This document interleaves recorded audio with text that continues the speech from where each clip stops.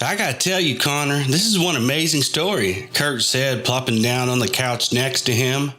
You got me believing in the boogeyman again. I actually checked under my bed last night. Connor laughed, taking the manuscript back. Well, it did take first prize in the contest, so I would hope it's good. Kurt put an arm around Connor's shoulder and proclaimed to the imagined masses in front of them, I can see it now, Connor. We'll both head to college after the summer. You will write an amazing horror film and I will shoot it. It will get wildly popular on YouTube, some Hollywood exec will see it, and we'll be rich beyond our wildest dreams. Connor shoved Kurt's arm off of him with a grunt. Right, just like what happened with these guys those series you're showing me. What's it called again? Marble Hornets, Kurt said, pulling out some DVDs. And well, they're not rich and famous yet, but they should be. And it's about a tall man or something? Connor said, settling into the couch. And you call yourself a horror buff, Kurt said, scornfully as he put the first DVD in. It's Slender Man, and he's as scary as hell. We'll see, Connor said as the DVD started. A few hours later, Connor stood up and stretched. That was surprisingly good, he said. I know, right? Kurt said, popping the DVD back out. Who would have thought a tall, faceless dude would be so scary? Not me, Connor said, turning to look at the clock. I'm gonna head home. I still have to finish packing for our camping trip. My dad is totally stoked for this, Kurt said. I think he's more excited than I am. Connor laughed. My dad's tolerating it. You should have seen all the bug spray he bought. You want me to drive you home? Kurt asked as Connor headed for the door. I live 3 blocks away. I can walk, Connor said as he opened the door. I just don't want the Slender Man to get you, Kurt said. Cute, Connor said as he walked outside. He waved. I'll see you tomorrow, Kurt. Putting his hands in his pockets, he strolled across the lawn and down the street. As he walked, Connor's brain turned over the concept of Slender Man in his head. Why was he around? What exactly did he do besides stand around menacingly? And more importantly, how would you use him in a story? Connor stopped as something black and white flashed by him in his peripheral vision. Heart beating, he turned to look to his right. Hello? He said. A click on pavement behind him made him jump. Who's there? He said, whipping around. A wagging tail greeted his vision and a friendly brown eyes. He sighed and laughed to himself. Hello, Daisy, he said to the black and white dog in front of him. Did you jump your fence again? Daisy just wagged her tail in response. Come on then, he said, patting his leg to get her to follow him. I'll take you home. The next day, Kurt, Connor, and both their dads piled into the Suburban packed tight with camping gear. Let's get this trip started, Kurt hooted from the back seat. All right, Kurt's dad said as he turned on the ignition. Connor's dad grunted in the passenger seat. So you lose any sleep last night? Kurt said, shoving Connor. Connor yawned. Yeah, I had more packing to do than I thought. Kurt gave an exasperated sigh. Not that. What then? Connor asked, puzzled. Oh, Slender Man, he shrugged. It was good, Kurt. Scary even. But I've been writing stuff like this for a long time. I know it's not real. Killjoy, Kurt muttered, settling back into his seat. They spent the rest of the ride chattering about the park they would be camping in and the college they would be going to. Kurt's dad piped in enthusiastically about hiking trails and fishing streams, while Connor's dad told them about his old fraternity days whenever Kurt's dad stopped for breath. They pulled into the state park early in the afternoon and found the campsite. After they set up camp, Kurt grabbed Connor's arm. My dad says there's an awesome hiking trail close by that leads to a nearby lake. Let's go check it out. Can it wait till tomorrow? Connor said, sitting on the ground. I could use a nap. Connor, come on, Kurt said, tugging on his arm. Stay together, Kurt's dad called after them as Kurt bounced off and Connor trudged behind him. Kurt grabbed his pack as he passed his tent. It's not gonna be that long of a hike, is it? Connor asked. Be prepared, Kurt said with a mischievous grin. Connor sighed and grabbed his own pack. The trees quickly closed in on them and they walked away from the campsite. Ooh, he could be here, Kurt said, spinning around slowly in place. Uh-huh, Connor said, slapping at his neck. He was beginning to wish he had grabbed some of his dad's bug spray.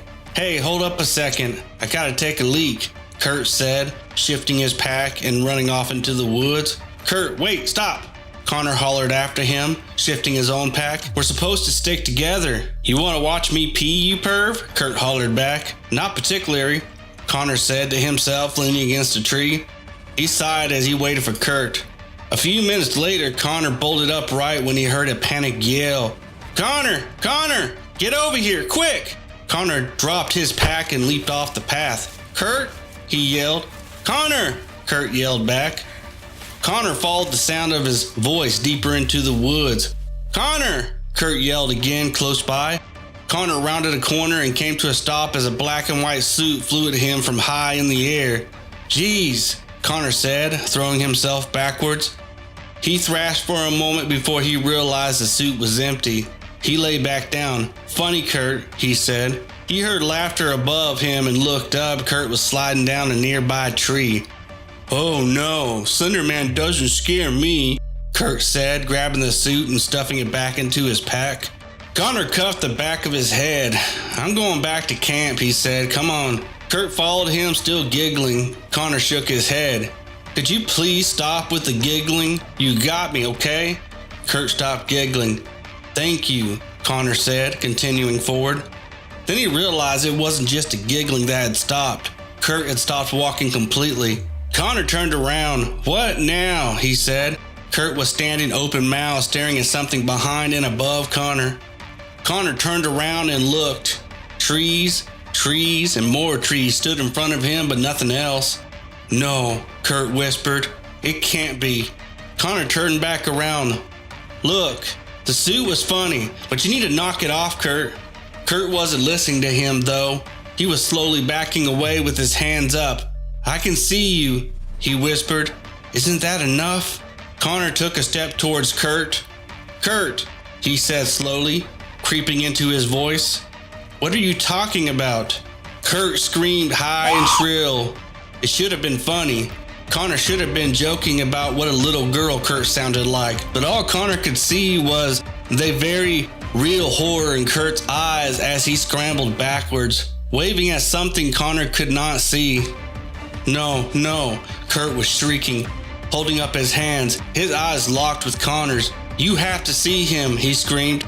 He says he'll kill me if you can't see him. And then a spurt of red slashed across Kurt's chest and he screamed again.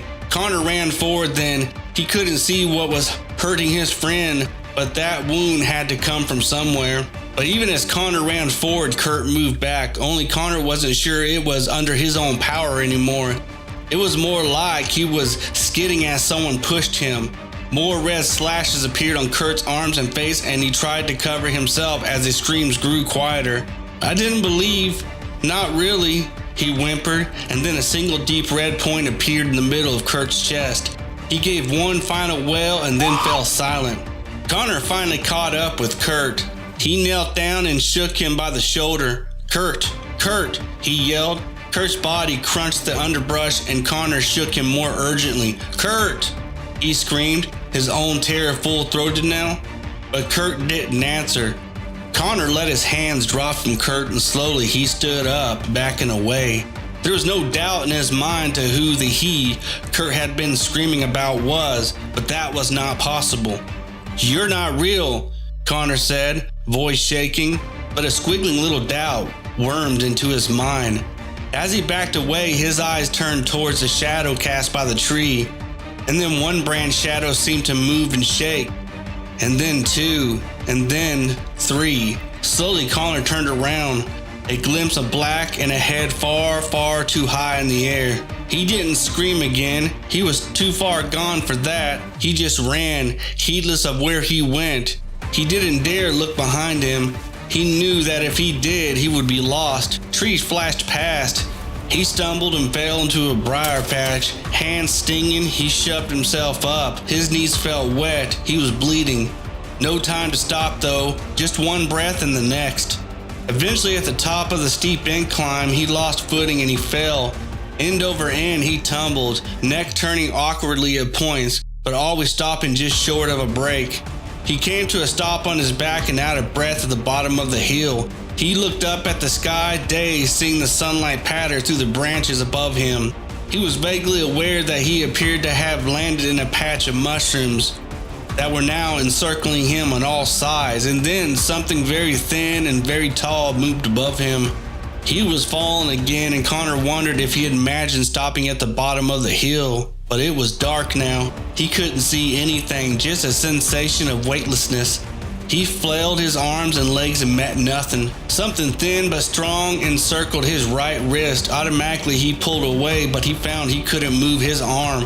Whatever was around his wrist was twining its way up his arm. Breathing hard, he pulled with all his might. His left hand fell through the pitch black, scratching and clawing at things that was moving up his arm, but it was implaceable. Nothing he did stopped it, and then it was on his shoulder and wrapping around his neck. He stiffened, wondering if it was meant to choke him, but though the tendril was firm, it didn't crush his neck. It snuck around his head, then he felt rather than saw. It hovered just above his right eye. "No, no, no!" he said as he felt suddenly plunge forward. A thick ooze dripped down his cheek, but Connor didn't have any time to worry about that. For as the tendril plunged into his eyes, visions began to play in his mind. He saw small children on the playground laughing and running. But as he watched, it was as if the very air grew unstable and it wavered. He felt heat as he had never known, felt his arms breaking into blisters. He heard crackling all around him as if he was sitting in a fireplace, and he prayed that the fire would just take him. The laughter of the children melded into screams, screams of pain, and worse screams of terror. Something malevolent moved towards them through the flames, something that had come to claim them. They should have died in the flames, should have moved on, but something was holding them back, tying them into this one moment of agony, and holding them there until they forgot they had ever known anything else. And Connor was with them in the movement, held suspended between life and death, and he cried, his tears mixing with the jelly poured from his right eye. Then more tendrils came and shook him by his shoulders back and forth. The scream became deeper and less panicked, and Connor thought it was odd because he wasn't screaming anymore, and the kids' screams had been so high-pitched it was odd to hear such a mature tone coming from them. Had they been trapped here so long they had grown? The shaking came again, and Connor heard his name. "Connor, can you hear me?" His eyes flew open, and he saw far above him a crescent moon rising above the trees. He bolted up, hand flying into his right eye. It was whole, and as he removed his shaking hand, he found he could see fine. "Connor!" someone questioned next to him, but he ignored it. He pulled his right sleeve up, but his arm was whole and unblemished. Trembling, he tried to stand up, but felt hands pushing him back down, a voice urging him to take it easy. The voice was shouting to the others now. Connor turned towards the voice, and a small corner of his mind registered that it was his dad who had been hugging him and crying. "Dad?" Connor said, voice crackling. His dad hugged him tighter as Connor heard other people stumbling down the hill. "Dad!" Connor began again. "Where's Kurt?" His dad pulled away and looked him in the eye, and Connor knew without a word that Kurt was gone, and he wondered if Kurt was really gone, or tied to that one moment where you hung between worlds. Burying his head in his hands, Connor sobbed. "Patrick," somebody said to Connor's dad as he continued to sob. "They caught the son of a bitch that killed Kurt." Connor looked up confused. "But how could you catch him?" he said. His dad just patted his back and said something about shock, and then firm arms were helping him up and moving him. And Connor, confused, tired, and frightened, let them lead him up the hill and out of the woods. Connor sighed as he looked out the window. "I can't believe it's been 10 years. He shook his head. "I can't believe this is our last visit." He turned his head to look at the woman behind the desk. She smiled. "Well, our last scheduled visit, you came a long way from when I first met you, screaming about the faceless man who killed your friend." Connor sighed and rubbed the back of his neck. "It all seems real, Dr. Kennedy. Sometimes I still see him, in my dreams." "It's to be expected," Dr. Kennedy said, folding her hands and placing them on her desk. "You will probably always associate this Slender Man, as you called him, with your friend's death in some manner. It was easier for your mind to associate the brutal killing of your friend with a monster than with a man. The medication should continue to help you with the bad dreams, and if you ever need me, day or night, you can always call." She opened a drawer on her desk and pulled something out. And by the way, before you go, there's something I would like you to do for me." Connor stood up and walked over to the desk. "What's that?" Dr. Kennedy looked up at him and smiled. "Your book, By the Fire's Light. Would you sign it for me?" Connor laughed as he reached over and slid the book to himself. Dr. Kennedy handed him a pen. "You know, you were right," he said, as he scrawled his name and a small note of thanks on the inside cover. "Writing it out, the faceless man and the fire and the kids really did help me to get it out of my head. I didn't think I'd be turning it into a book when I started. I think it's good," Dr. Kennedy said, taking the book back from Connor. "You've taken something destructive in your life and turned it into something constructive." "Well, just one last thing to do, I guess," Connor said, looking out the window. Dr. Kennedy cocked her head. "So you still plan to visit Kurt's killer today?" Connor nodded, still looking out the window. "I just want to hear from him why he did it." "This could be the closure you need," Dr. Kennedy said, standing. Connor turned back to her. "I think it's a good thing, just like your book." She smiled again.